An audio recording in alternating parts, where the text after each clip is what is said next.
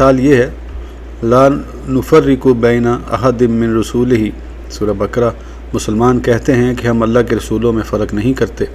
والذین آمنوا باللہ ورسولہ ولم یفرقوا بین احد منہم اولئک سوف یؤتیہم اجورہم وکان اللہ غفورا رحیما، سورہ نساء۔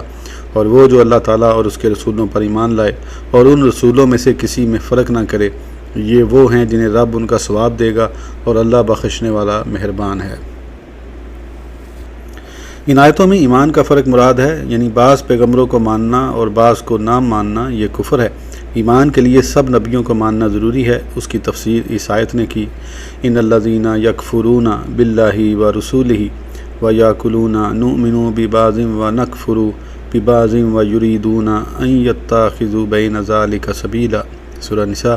بے شک وہ لوگ جو کفر کرتے ہیں اللہ اور اس کے رسولوں کا